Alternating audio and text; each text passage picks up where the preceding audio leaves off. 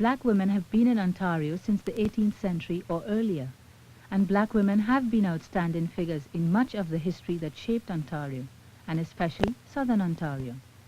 In 19th century Upper Canada and the United States, the fact of black slavery was a very important influence in the social and political life of all people, citizens and slaves, on the North American continent. It was in challenging the fact of slavery that black women were forced to use all their strengths and resources. In the anti-slavery movement, black women played active, decisive, and heroic roles. One, Harriet Tubman, called General Tubman in the anti-slavery group called the Underground Railroad, was an astute freedom fighter who personally made many trips into the Deep South to bring slaves into the relative safety of the northern United States and southern Ontario.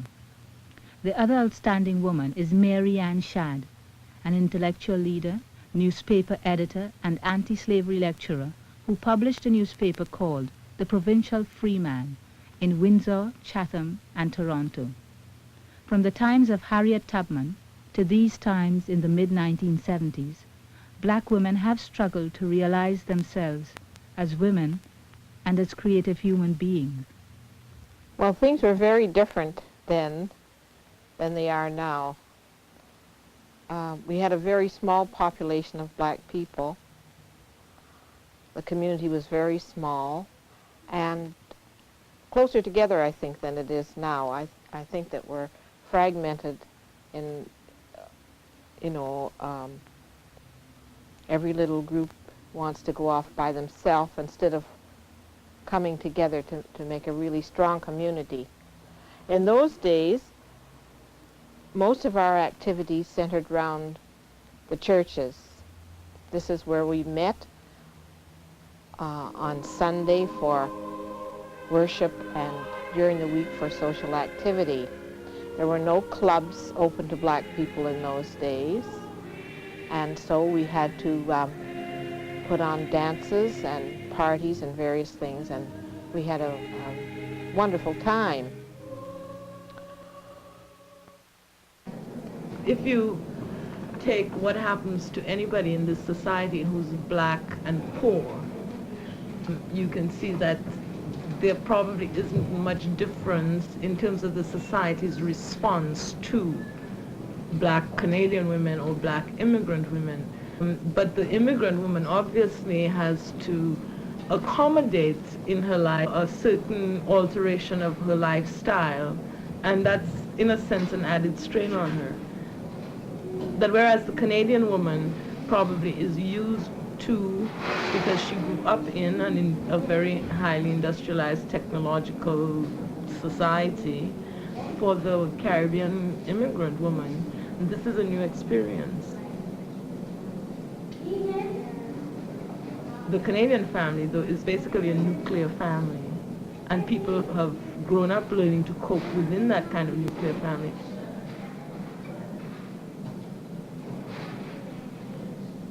For a Caribbean woman coming, suddenly she is the focus of all the things that happen in the family, just her and those children, or she and her man and the children in an apartment without the kinds of community and family support that we've developed in the Caribbean, the kind of modified extended family and so on. In that sense, the problems are intensified for the immigrant woman because of the adjustments she has to make.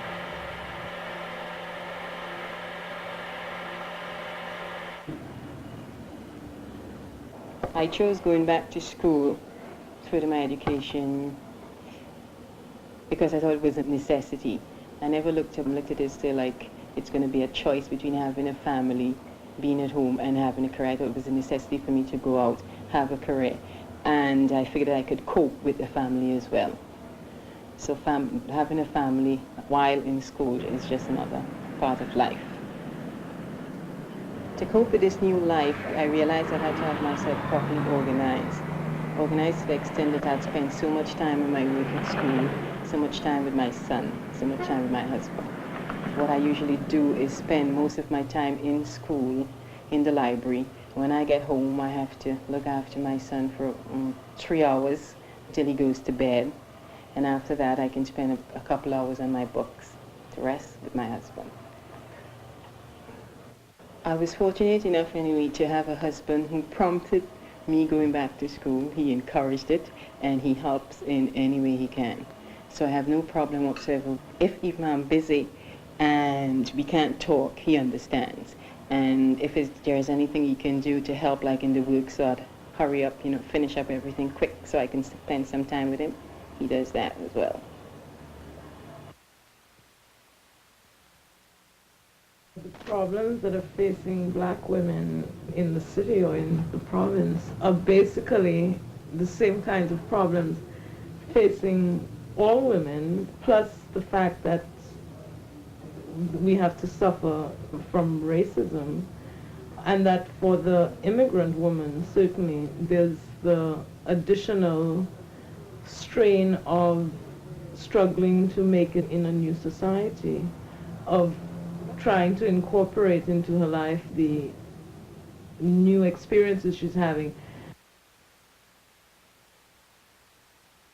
And the other thing I think that many single black women, particularly immigrants, have to face is an enormous sense of isolation.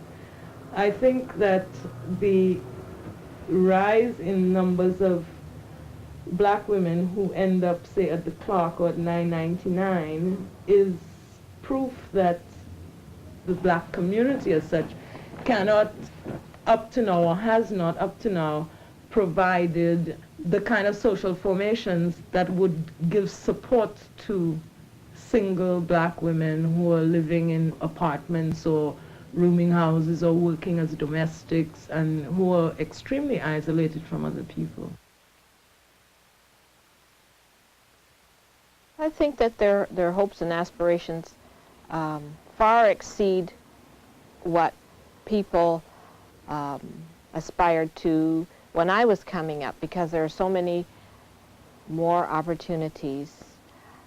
Black people have really come forward in all phases of society now, in education and in business, and this encourages the young. It shows us what we can do, and it's a very, very good and positive thing. We've come a long way. Who are we closest to? Black men, right? I mean, those are the men that we're closest to, and so not many people want to spend their lives without having relationships with people of the opposite sex, let's say. And it's an important part of people's lives, so that when we struggle to change, on whatever level, again, I have to repeat that sometimes the struggle to change isn't articulated in those terms. People don't necessarily say, okay, like, I'm for women's liberation and I'm going to do this and that. It just happens that, you develop in that way. That black men, I have found, and I'm talking sort of from personal experience rather than maybe making a broad generalization, very often will be the people who put barriers in your way. And of course, again, I don't want to isolate black men in the sense that saying black men do this and nobody else does. I think men do these things. And because, again, black men have grown up in a system that put them in a certain position, they grow up with the same myths that white men, yellow men, God alone knows what kind of men grew up with. Well, I think that the women's liberation movement is a very good thing. Hopefully, in time, it will do a lot for all women of all races, and for the men too. But I think black women have to be a little careful that they don't separate themselves from their men, get so far to one side with the women's liberation movement that they forget that our men are struggling for their liberation and freedom also. It's very important that black women keep this in mind, because in the past we talked about the things we're always talking about the things that have separated us in the past, and we don't want the rift to become wider. I've always been a very active member of the community, and I've also held a full-time job. Since I've had my baby Marsha, I find it much more difficult to do the kind of things that I like to do. In the West Indies, there was always somebody there that you could leave your baby with, a grandmother, an aunt, or even a cousin. Here in Toronto, I find it much more difficult because you have to find yourself a babysitter. When you do find a babysitter, it's hard because you have to match your time with hers. My husband also has a full-time job, and he tries to help out, but sometimes the baby has to come to meetings with me. This is very distracting to everybody, including the baby, because she cries because of the smoke and noise. I like being with my baby sometimes, and other times I'd rather be in the company of people my age, doing the sort of things that I like to do.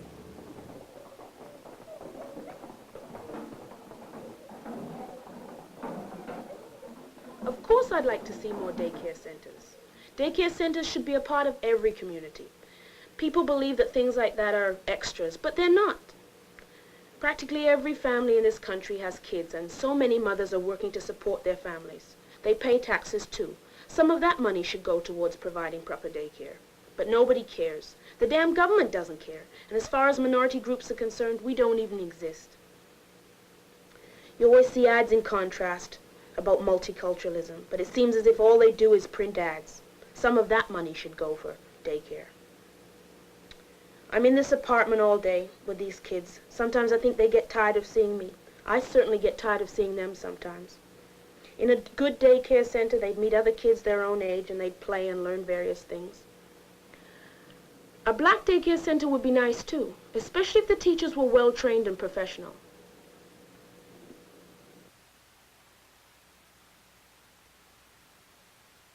If I had a daughter, I guess I would try to teach her the importance of struggle against capital, certainly, against the oppression, I would say, that capital makes possible, and its reflection in every aspect of life.